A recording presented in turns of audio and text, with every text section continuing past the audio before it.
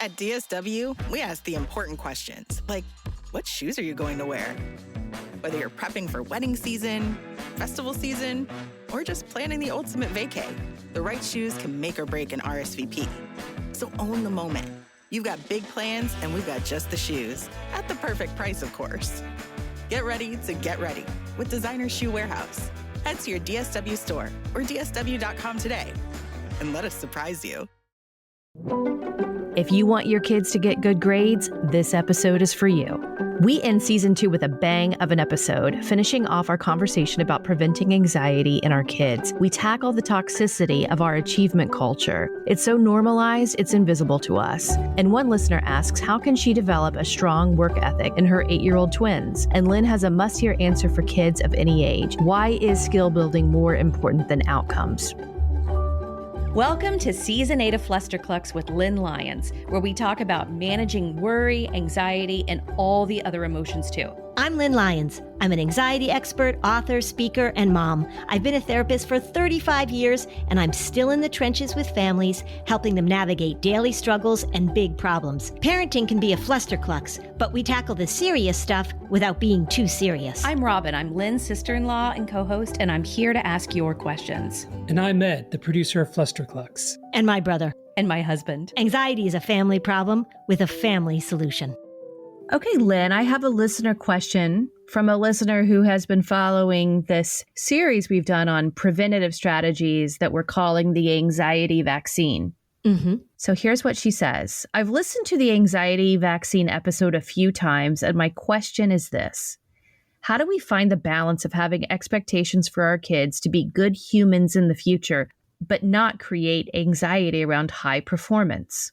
Our twins are 8, and my husband and I are by no means overachievers, but work ethic is important to us, and we do want to set them up with skills like completing their work, doing good work, and finishing things on time. They don't seem anxious now, but I get confused on what appropriate expectations are, and how do you find a good balance?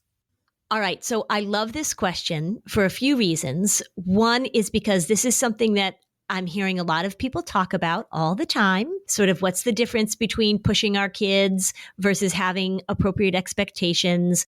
What should we ask of our kids? And how do we know when we're pushing them towards perfectionism? So I love the question for that reason. I also love this question because these twins are 8 years old, which means that, Mom, you're really thinking very consciously about what you want to instill in your children as they get older.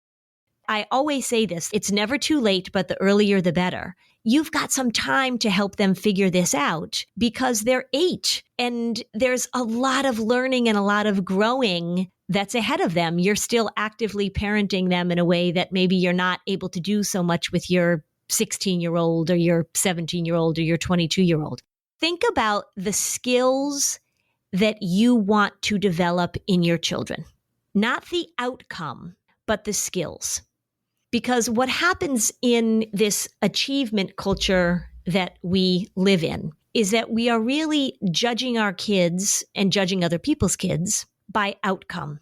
So whether or not they have the right grade point average, whether or not they are making the travel team for soccer, whether or not they're playing 3 different wind instruments. And if we back it up and just think about what makes a good human, what makes a child become a teenager and then becomes an adult so that they are capable of making good decisions, making good choices, that they are capable of meeting their obligations, that they know how to take responsibility for the things that are theirs and not take responsibility for the things that aren't theirs.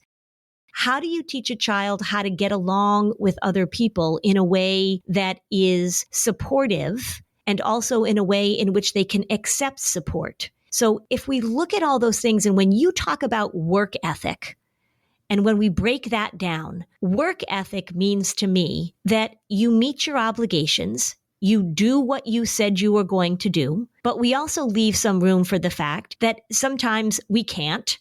And so we know how to take responsibility for that. We know how to rejigger things in a way that allows us to figure out that maybe we took on too much, or maybe this responsibility isn't something that we need at this point in our lives. All of those things are so helpful to kids right now. And when we get sucked into the achievement culture, when we start looking at grades, when we start looking at SAT scores later on in their lives, when we start looking at whether or not they're doing all of this great stuff that they're supposed to be doing based on this cultural push, that's when we start injecting our own perfectionism, our own expectations, our own ego into the parenting of our kids. I think that work ethic to me is about raising a principled child who becomes a principled adult. And it's interesting when you were listing what you thought the work ethic was. Be accountable for your actions, the ability to own what you say and fulfill obligations that you set for yourself. All of those things, when you break them down, in order to do those, require that emotional management that we talked about in the last episode. That's right. The ability to say, this is hard, I can't do it. The ability to say, I messed up and it had this impact and I'm sorry. What can we do now? Like all of those things, like being comfortable with the uncomfortable, really help develop principles so that then you can look for a positive, principled outcome. When my kids were little, one of the things that I always said was that I reward you and I'm very proud of you for your effort. I want to see you try when you want to try. And if you try really hard to do something to see what you're able to do that might be new or a little intimidating, that takes a lot of courage. I'm proud of you for showing your courage. It's breaking it all down so that we're very anti-good grades in our house, but it doesn't mean that our kids don't do well academically. It's that we prioritize their achievement in a different language. Well, think of it this way. If your goal is for your child to get good grades, there are a lot of ways that people can get good grades. You can cheat. You can plagiarize. You can buy a paper written by somebody else. You can write the paper for them. If your goal is to get your child into a good college, there are a lot of ways that we can make that happen, including bribery and privilege and creating a resume for your child that doesn't mean anything to them, but means everything to the people who are going to be looking at that application. When we talk about the goal is the outcome, the grade or whatever, versus the goal is the process, then one thing leads to the next. You're talking about those skills and I'm talking about those skills. What if one of the skills that you teach your children is if you tell somebody that you're going to do something, or if it's something that you really feel like is important to you, how do you get from point A to point B? How do you finish the job even when you don't feel like it? If kids have that skill, they get good grades because being able to do something when you don't feel like doing it is a really important part of a work ethic, isn't it? It's just this idea, like if you step back and say, what's the skill that I want my child to have versus what's the achievement that I want my child to get? We could take it in anything. We could take it in grades. We could take it in athletics. We could take it in terms of money. If you say, well, my goal is to have a lot of money, there are a lot of ways that people can get a lot of money. And many of them, none of us want our kids to participate in. But if we say we want our kids to find something that allows them to do the things that they like to do, and not necessarily even just a job, because some people do a job they don't particularly like, but they get a lot of money and then they're able to spend it on great travel. But thinking about the skill rather than the achievement. And a lot of what we know about intrinsic versus extrinsic motivation with kids is really about teaching them how to move through things and really noticing, like you say, noticing their effort, noticing that they're stepping into something that feels challenging, noticing that they're taking a reasonable amount of risk and having a goal and working toward it. All of that is so valuable. If I look at the kids that I know in this achievement culture, and believe me, I am steeped in this achievement culture because I am a specialist in anxiety. The achievement culture is an anxiety-producing machine. So I've been at the top schools in this country where they're really looking to try and figure out what can we do to help these kids. You can't have it both ways.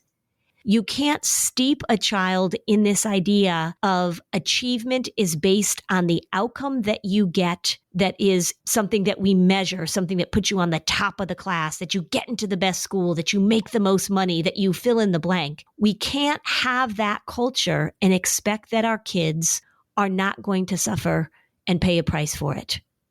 I see it over and over again. I'll tell you, when I get a little irritated, the reason I get irritated is because I don't understand why we're missing the point here. People keep coming to me and saying, gosh, what can we do for our kids?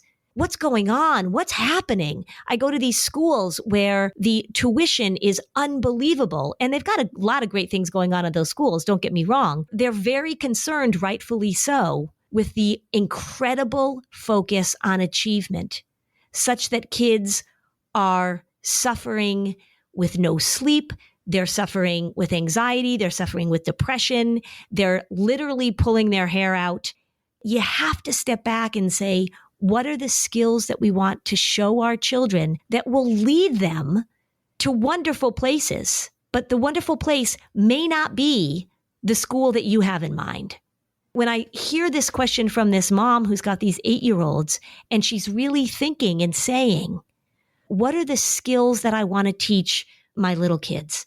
What does she say? I'm looking at the question now. It's important to us to set them up with skills like completing their work, doing good work, finishing things on time.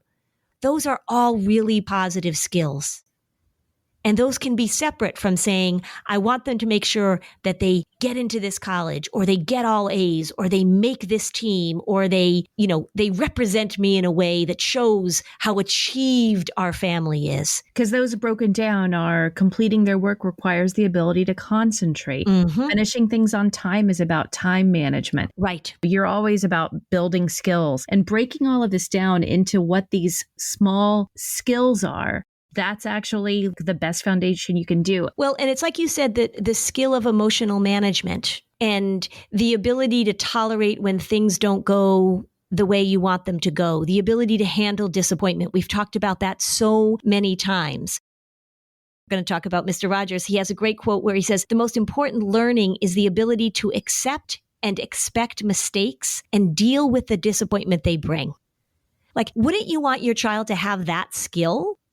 Is that they handle their mistakes. They accept when things don't go the way they want them to go. We were talking, you and I at another point, talking about the skill of making decisions, the skill of making choices. You had some quote talking about Harry Potter. Oh, yeah. Yeah, Dumbledore has a quote. Basically, it's not our talents that define us, but it's the choices that we make. Mm-hmm. Right. And I love that. Some children are born naturally bright, and they might be not very challenged at school. So you don't want to continue rewarding them for something that they're achieving good grades, but they actually haven't applied any effort, because that's going to be a train wreck.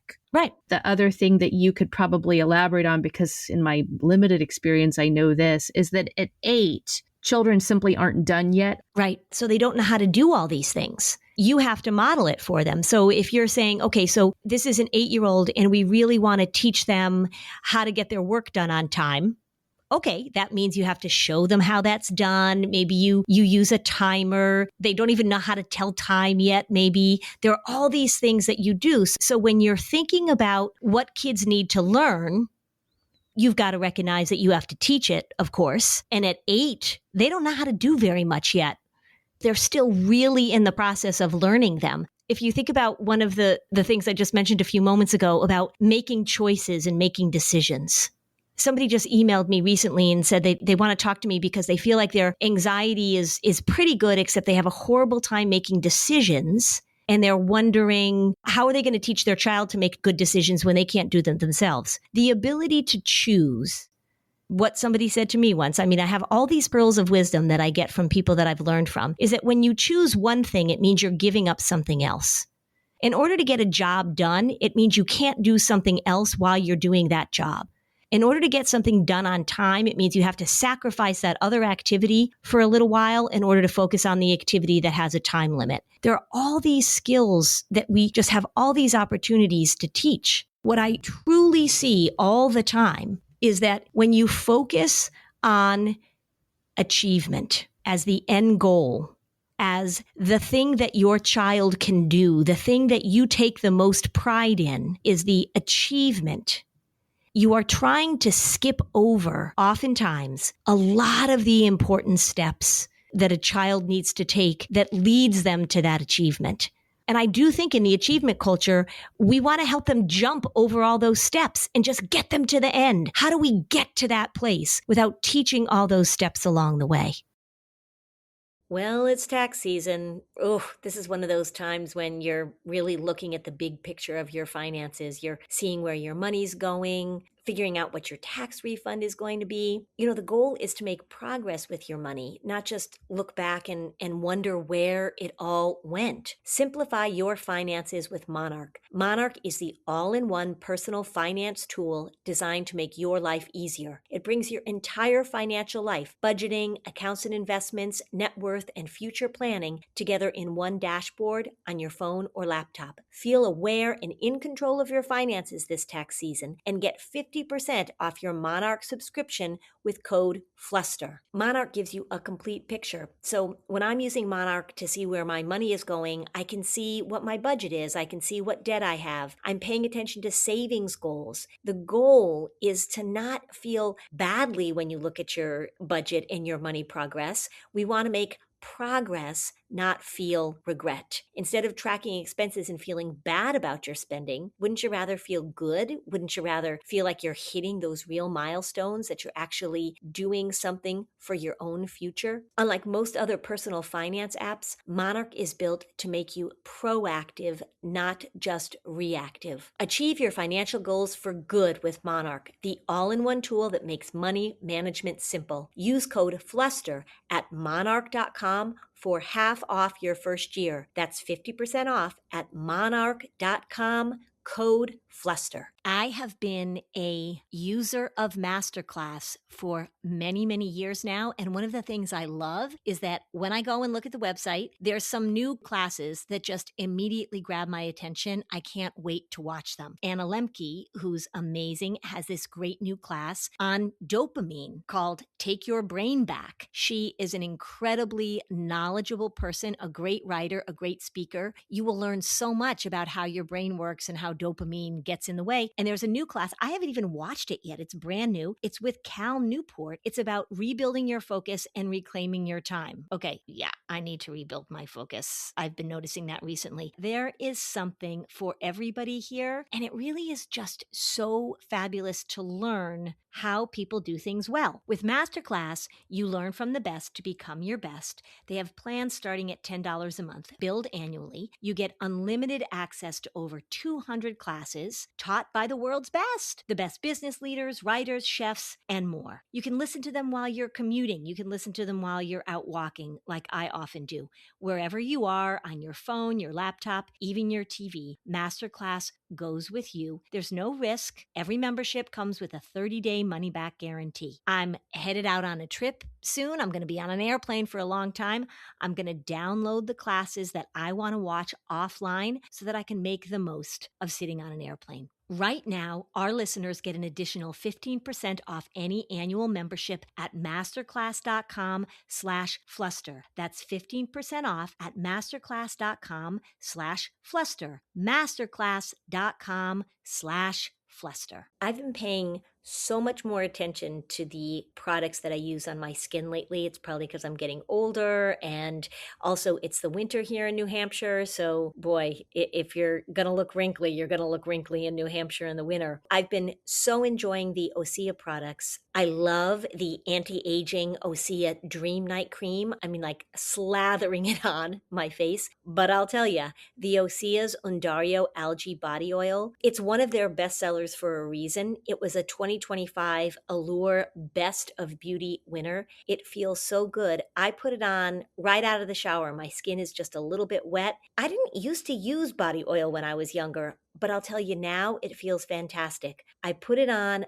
I get dressed, my skin feels and looks better. It's less wrinkly. These products are clinically tested, and they are designed to deliver visible results. It's really become part of my skin ritual. They've done studies with women age 25 to 65, and 100% showed a significant improvement in moisturization and skin elasticity. 100% agreed that the skin looked firmer and less crepey. I'm looking for less crepey. And 100% agreed that their skin felt softer and smoother and more supple. I'm in that 100%. So get a spring-worthy glow with clean, clinically tested skincare from Osea. And right now we have a special discount just for our listeners. Get 10% off your first order site-wide with code FLUSTER at OseaMalibu.com.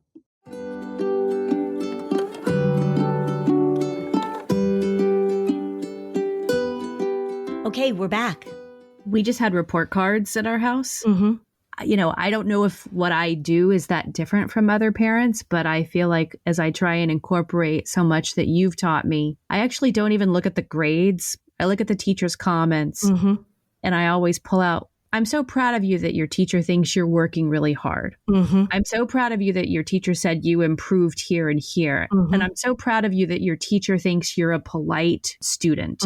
I don't focus on the grades. And then when there has been a grade that has come up that wasn't the same as the others, I simply say, I'm not that concerned about the grades. Your grades are your business. My kids push back because we're in such a grade obsessed culture. I see them like looking and pointing and looking at me, waiting for me to give them more there. And it's like, you know what? I want to protect you from that culture. So in this house, that's just not where I'm going. Yeah.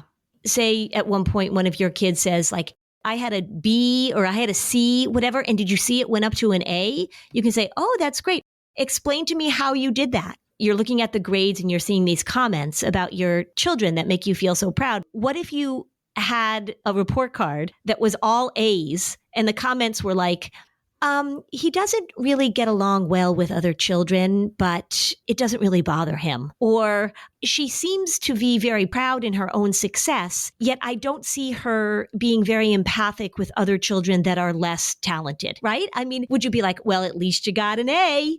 When I put it in stark terms like that, people would say, oh, well, I'd never do that. Like I say, we want to hopscotch. We want to leapfrog over a lot of the important steps.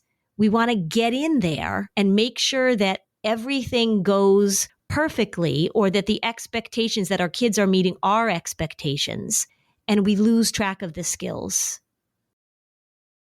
You know, as you're listening to this, parents, and particularly if you've got a second grader or a first grader or a third grader, just take a moment to really think about what are the skills as a human being that you really value in your children. Creating a child that has a strong work ethic is a bunch of skills that you put together so that when that person becomes an adult and they are running their own bakery, or they are a second grade teacher, or they are an emergency room nurse, or they are running their own plumbing company, other people can depend on them to do the things that they say that they are going to do. And that is an amazing quality to have in a human being. You've got a kid, you're saying, oh, he's trustworthy, right? He shows up when he's going to show up. He does what he says he's going to do. And if he can't do it, he owns it. He doesn't make an excuse. He doesn't blame other people. He doesn't put it off. He doesn't lie. He says, I'm really sorry I overbooked myself. Well, this is also about, you know, you're such a proponent of talking with your kids at dinner about things that surprised you that day. And then in the last episode about the anxiety vaccine and unpacking how do you have conversations that promote emotional management with your families? It's basically taking as much of an active role as we possibly can, verbalizing what we're modeling so that we are focused on really important skills that matter to us that we want our children to understand. Right. Because they're not going to really learn time management unless you talk about it. Right. You got to talk them through it. When our kids were little and we had to get dressed and go to carpool for them to get to the little school they went to, and we had to pick up other kids, we talked about, let's set the timer on the stove, because when the timer goes off, that means we need to stop what we're doing and we need to start getting ready. Part of this is my husband's mother is horribly late to things in a way that has inconvenienced and pissed him off his entire life. So we're going to teach our kids how you show up on time. It was a skill that they learned. And we started talking them through it when they were 4 and 3 and 6 and 8. It didn't always happen perfectly, of course, but that's exactly right, Robin. It's about talking to kids and pointing out to them, and there was one house we would go to and, consistently, maybe they weren't ready to go. And my kids would be like, they are not putting aside what they need to do and starting to get ready with a few minutes left, right? I mean, they saw the process. That's exactly right. It's such a good point. And it really just weave it into your normal parenting. Just weave it into the language that you use. Can I tell you the skill that I didn't realize, like what you were talking about of showing up on time? Yeah. Well past the time I should have, but I thought this was genius, is that one family, when their kids were like 2 or 3, they used dolls and stuffed animals and actively showed them how to fall asleep by themselves. What does it look like when you're really little to actually fall asleep and to teach it as a skill? Sometimes you fall asleep and you didn't even know you did. But if you want to fall asleep, how do you do that? And they would actually walk through and teach a 2 or 3-year-old. And I read this too late. Yeah. Sharing, because it's genius. Yeah, that is genius. And I love that. I'm going to tuck that away in my little file cabinet. You're all about teaching skills. And that's what I have learned this past year doing the podcast with you is how do I filter and look at experiences from that perspective now that I wouldn't have before? Yeah. And the achievement culture is just so much about outcome. It's so much about what can I get? If the goal is to get a lot of money, there's a lot of ways you can do it. If the goal is to get good grades, there are a lot of ways that you can do it. If the goal is to be the most important person in the room, there's a lot of ways that you can do that. Are those the qualities that you want to promote in your children? Can I actually push a little on that? Mm-hmm. I don't dispute that. Mm-hmm. But when I think of the achievement culture, I think it's a very powerful force that you have to be very conscious to fight against. Mm-hmm. When I unpack it, I think it has a lot to do with the fact that mothers work. There is a lot of horrific gender oppression in parenting because a mother's work is invisible and not acknowledged. And I think that, and I have a great story to prove that point. We were flying with my family before the pandemic somewhere, and we were on a full flight. And there was a man with a 2-year-old, let's say, and maybe like an 8-week-old. Mm-hmm. The 3 of them sat in the row across the aisle from us. Every single person walked by, cheered him on, and spoke to him like he was a rock star and he had just won the Nobel Prize. And I elbow my husband and I say, how many times did I do that? Yeah. I flew by myself with both of our kids. Yep. And instead, people walk by a mother holding both of their kids on an airplane like, you're going to be noisy and you're going to disrupt my peace and quiet. Mm-hmm. Mothering is so hard in our culture to feel gratified or to feel seen or to feel rewarded. And so I do think that there is a lot there that forces people to look for these external egoic achievements because it's just a part of a coping mechanism. And I'm not saying it's right, but maybe it's a source that makes it easier to unpack and see where our own blind spots are still attaching to that achievement culture. Oh, absolutely. I'm a big fan of talking about the forces of family and the forces of culture. Not only is the achievement culture around us, and as moms, it's sort of like, how do we show our worth? Because we know that mothering, like you say, how do we show the results of our labor, so to speak? It becomes this thing that we're trying to gratify ourselves too. I totally get that. And I do think that moms deal with it a lot more than dads, for sure, because I've seen that situation happen a gazillion times too. A parent is judged in their own family based on their children's achievement. And yes. It's just so generational. It's so societal. It's so social, really, like whether it's a family social construct or our society social construct. Yeah, absolutely. This is why it has to be a conscious choice. And you're often pushing back against a very strong tide, for sure. That's why it has to be a really conscious thing that you do. And it's not comfortable in a lot of ways to do it, for sure. Because, and this is what I say when I'm in these schools, right? And they're saying like, what can we do? We've got an anxiety rate of 42% of our kids are this or this or this. I say, well, you're asking me to fix these kids that are really struggling when the culture of this institution and all the things that surround it have been set up. They're doing exactly what you are asking them to do. They're doing exactly what they're supposed to do in this culture. So you're saying you want to fix them. That's why we got to pull it up. That's where I start talking about the paradigm shift that needs to happen. Go ahead and say it, because you're saying to fix them. Who do they need to fix, Lynn? It's the grown-ups. It's the grown-ups. Kids don't do this on their own. They don't say, you know what, I really want to be stressed out.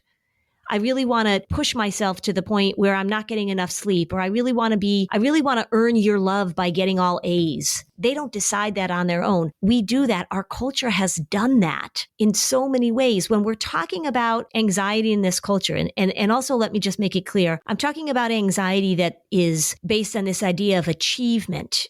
That, we've got so many anxious kids because they feel like they have to push and achieve and get good grades. We also have this whole other group of kids that are anxious.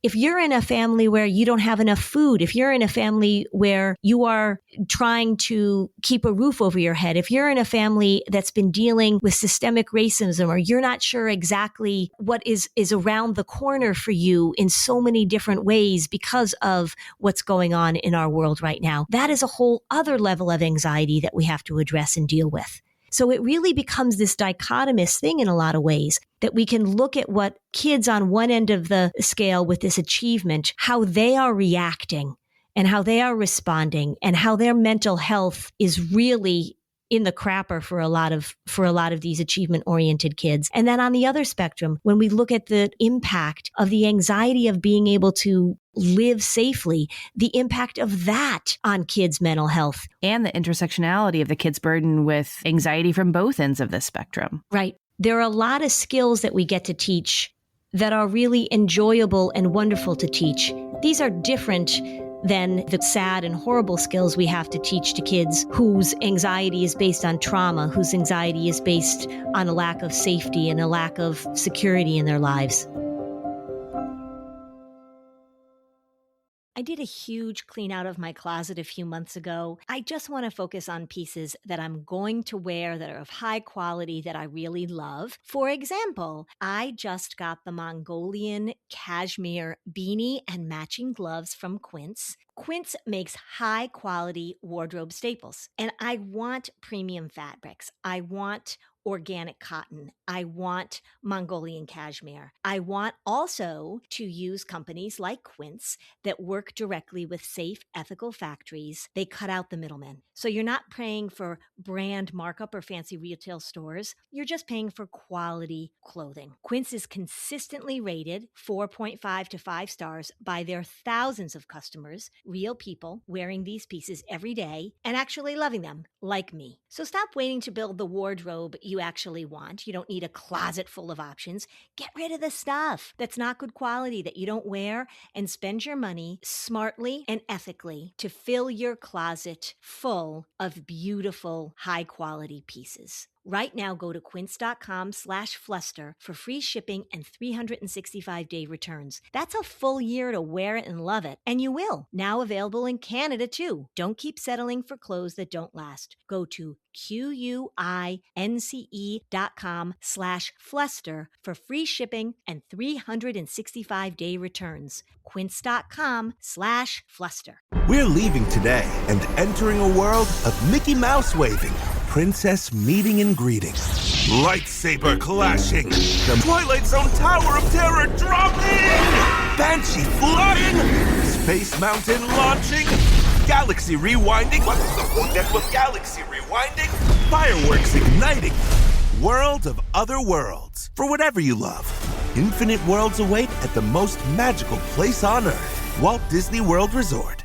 Sierra has all the best active and outdoor brands you need. From athletic stuff, like a full court pickup game, swish, to athletic-ish stuff, like a half-mile stroll. Get those steps in.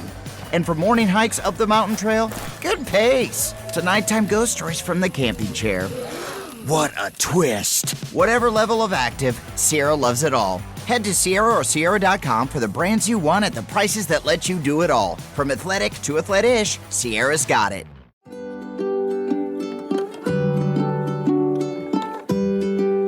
Okay, so now back to the show.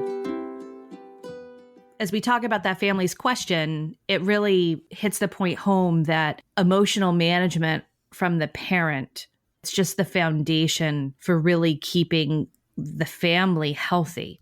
It makes me think of the anxiety audit and what a critical tool it is for parents. As I say so often, we can get caught up in the psychobabble of things and pathologizing things, of worrying about what's wrong with our kids. And I really just want to simplify it. I really want to put it in language that says, as there are patterns that we get caught up in, that we don't know that we're even doing it, that they are not uncommon at all, particularly after the year that we've just had. And it really is so important for us to take a step back, look at our own patterns, figure out how we're perhaps transmitting our own stress and anxiety to our kids, and to figure out how to interrupt that.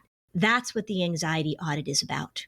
It's for parents to go through to really recognize those anxious patterns for themselves. Right. You know, I meet with so many families, and the parents that I talk to love their children, adore their children, want the best for their children. And so they come in saying, I need to help my child. And sometimes the first step is really, how do you look at your own patterns so that you can help your child? Because a lot of what we do as parents comes from the most wonderful place. It's just that we all come into parenting, certainly with our own baggage, but also just with the remnants of what life throws at us. And it really is so important that we step back and look at our patterns so that we can do what we want for our kids. Right. And you can't even talk about this without the context of 2020 as well. Of course. How many parents would say, everything went really smoothly. We went through 2020 being challenged to handle big emotions, having to adapt,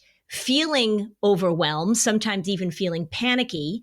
And if we remember that anxiety wants certainty and comfort, 2020 was not that year. And maybe what 2020 did was sort of help you recognize patterns that had been around for a long time, that now it's really okay for you to look at and for you to interrupt. All right, so what are we going to do about this, right? We've got these skyrocketing rates of anxiety. We've got a lot of worry, and people are talking about our kids falling behind in their learning. And I can feel the achievement culture starting to crackle away. I can feel it popping up underneath my feet. I want you to just slow down a little bit, and I want you to really pay attention. What do you want your child to value? What do you want your child to see as important?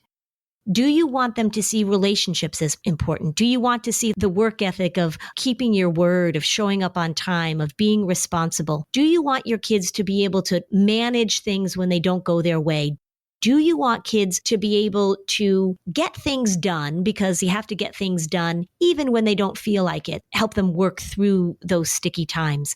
Think about the skill or skills that you most value, maybe in the people that you most admire. You know, think about a person that you really admire. Think about a mentor that you had, or a family member. Think about your partner. Think about your favorite teacher.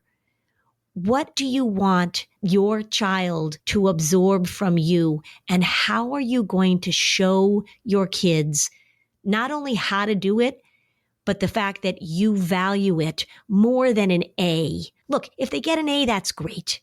But how did they get that A? What were the skills that went into it? If they made the baseball team, how did they do that?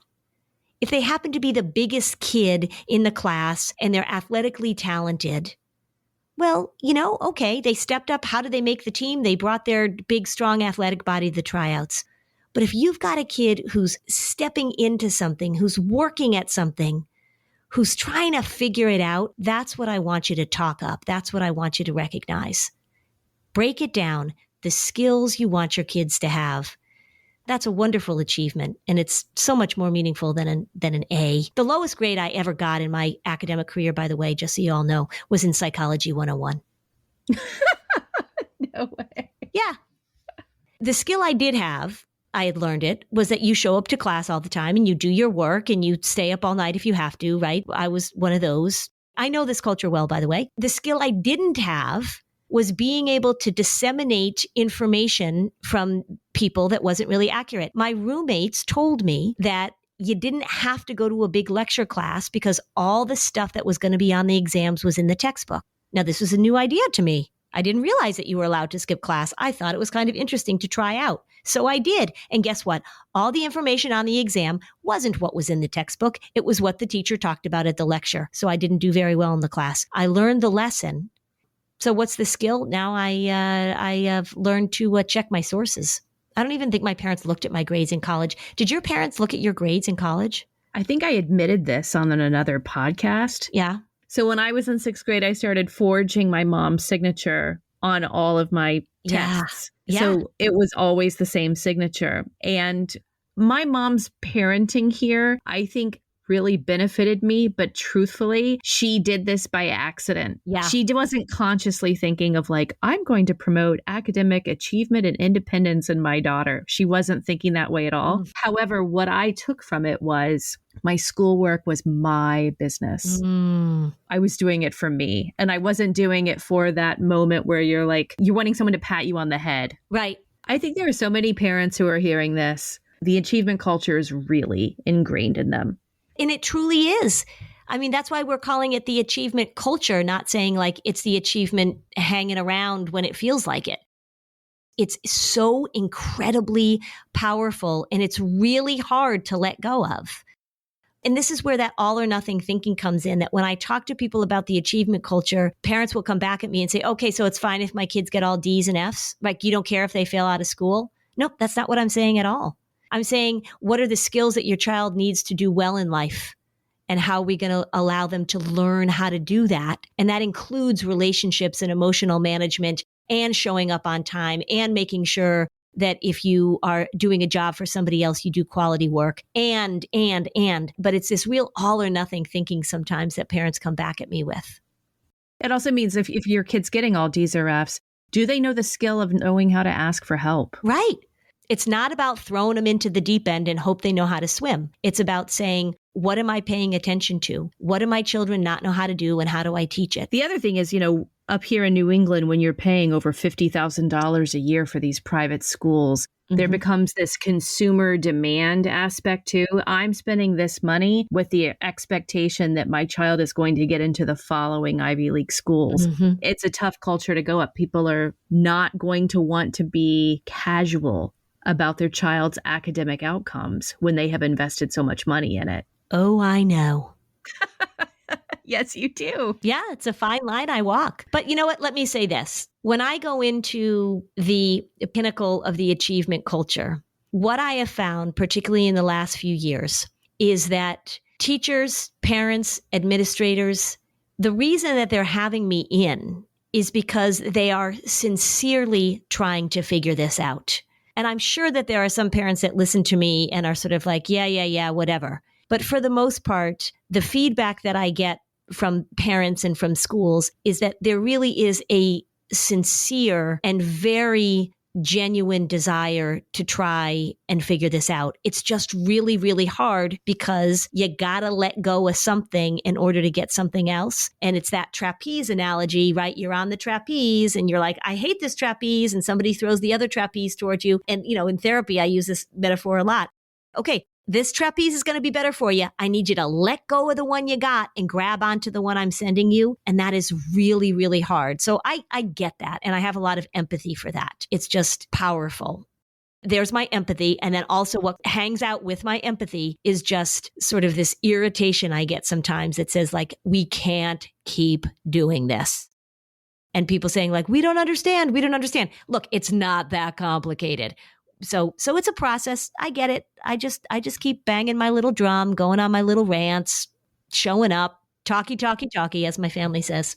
Long before I met and married your brother, I'm now remembering my chosen high school yearbook quote for senior year. What was it? Mark Twain's, I never let my schooling interfere with my education. You were such a wise young little teenager, weren't you? Well, no, I'm just saying that, No, I'm serious. My husband is my soulmate and you're my soulmate-in-law. So no, but I'm serious. You were really wise, like to be able to recognize that. So I went to one of these private schools that you're talking about. and very much the achievement culture. And I just sort of looked around and I thought, there are a lot of people here willing to play the game defined by this place. Mm-hmm. But the world is much bigger than this place to me. Yeah, that's a really key thing too. And that's a hard sell, isn't it? That you can really do very well and learn a lot. And if we're looking at grades, get good grades or produce good work or whatever, without all of that extraneous clenching that I talk about, that all of that layer of expectation and perfectionism and success and needing to prove something over and over and over again. This is an uphill climb for sure. It's like emptying septic tanks, right? There's never going to be a shortage of shit. So I just made that up just now. Really? Yeah. Oh. Yeah, I've never used that comparison before. I think this is a really tough topic for people. I know that I'm always trying to check myself on this so hard. I know. That's why I say I walk around with a combination of empathy and irritation. That's a constant state I'm in because this means so much to me. And as you're listening to this, if you're sort of pushing back and feeling defensive and that's totally normal. It's okay. Just let it sink in, little chunks at a time. You know what this reminds me of? You gave the talk talking about the ways Mr. Rogers influenced you as a therapist. Mm-hmm. It's that one quote about you don't have to do anything exceptional to be loved. I mean, what is the exact quote? Yeah, very close to that. You don't have to be exceptional to be loved is basically what it says. So here's the thing that really hit me as I think about how our parenting culture, I say this all the time because I feel like our parenting culture has just kind of gone off the rails. We've normalized toxic patterns, toxic behaviors, and toxic things that we shouldn't have, which is why we have the mental health rates. I mean, that's just my opinion. When I think of our social media culture and I think about when people post something on Facebook, especially after their children reach a certain age, every listener should look at their own Facebook feed. Look at when they mention their children. Are you also posting about an accomplishment that they did that is an external thing that you can share? Mm-hmm. Is that how your child is always mentioned? And it's an interesting way of needing that ROI on parenting. I'm putting all this effort into raising my kids, and I need some sort of external reward for the hard work of raising my family. Mm-hmm. I don't have any answers, but I do feel like there's a lot of murky stuff there that we all have to sort through. There's just so much, and I know I'm sort of talking about this in such a global way, so let me just sort of bring it back to sort of what we can do as parents, because it is sort of the macro can get overwhelming, but you have a say in what your children learn. You have a say in the skills that you develop in them. Parenting, it's hard work for sure, but I'll tell you, like, teaching these skills to kids, this is one of the things too, Robin, I'm sure that you can kind of relate to too. It's fun to teach your kids these skills. It's wonderful to teach your kids these skills. It's a privilege to be able to teach your kids these skills. And it doesn't need to feel like such emergent, horrible, hard work when you just make it a part of the way that you show your kids the things that are important to them becoming, like you said, wonderful, caring, empathic human beings. Thanks for listening. And if you found this podcast helpful, please give us a 5-star review on Apple Podcasts. It helps other people find this information. And if you'd like to dig deeper on any of these topics, we have specialized playlists on our Spotify profile, and the link is in the show notes. Topics like teens, depression, and OCD. Bye, Lynn. Bye, Robin.